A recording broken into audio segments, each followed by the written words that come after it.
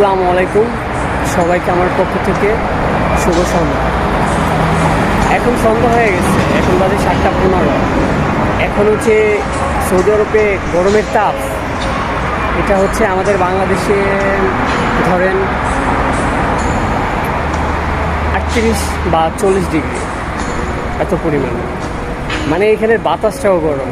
ঠিক আছে, যারা থাকে তারা একমাত্র বুঝতে পারবে যে আসলে কেমন গরম লাগে। আচ্ছা, যাই হোক, বুকে মনে অনেক ব্যথা কষ্ট নিয়ে আসছে। আপনাদের সকলের কাছে দোয়া চাই যে আমি যে কারণে আসছি, যে স্বপ্নটা নিয়ে আসছি, সেটার জন্য ইনশাল্লাহ পূরণ করতে পারি।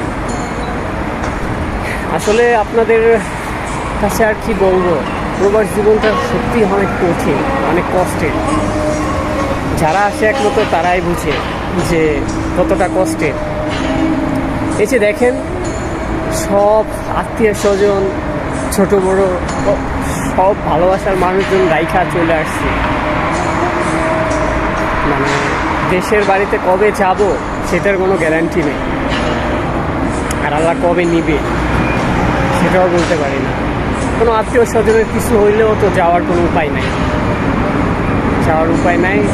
শুধু এখানে বসে হাইরে হাইরে বলতে হয়, হাই হাই কী করবা।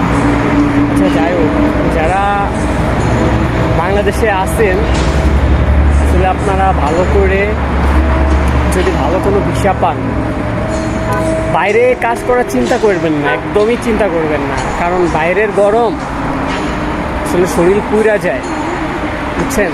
বাইরে যদি আসেন তাহলে কোম্পানির ভিসায় কোনো রেস্টুরেন্ট বা কোনো হোটেল, এটার ভিতরে আইসেন, শান্তিতে থাকতে পারবেন। এসির ভিতরে থাকবেন, সারাক্ষণ এসির ভিতরে থাকবেন। দেখেন, এখন কিন্তু সন্ধ্যা হয়ে গেছে, ঠিক আছে, এখনও যে তাপ, মানে নিচে উপরে সব জায়গা থেকে গরম আসতেছে, যা বলার মতো না। আর সৌদিতে যাদের আসার ইচ্ছা আছে, অবশ্যই কোম্পানির ভিসায় আসার চেষ্টা করবেন, কারণ বাইরে কাজ করে ভাই সহ্য করতে পারবেন না। আমি বাংলাদেশে মনে করেন যে থাকার সময় কাজকাম ভালোভাবে করতাম না, অনেক শান্তির কাম তাই করতাম না।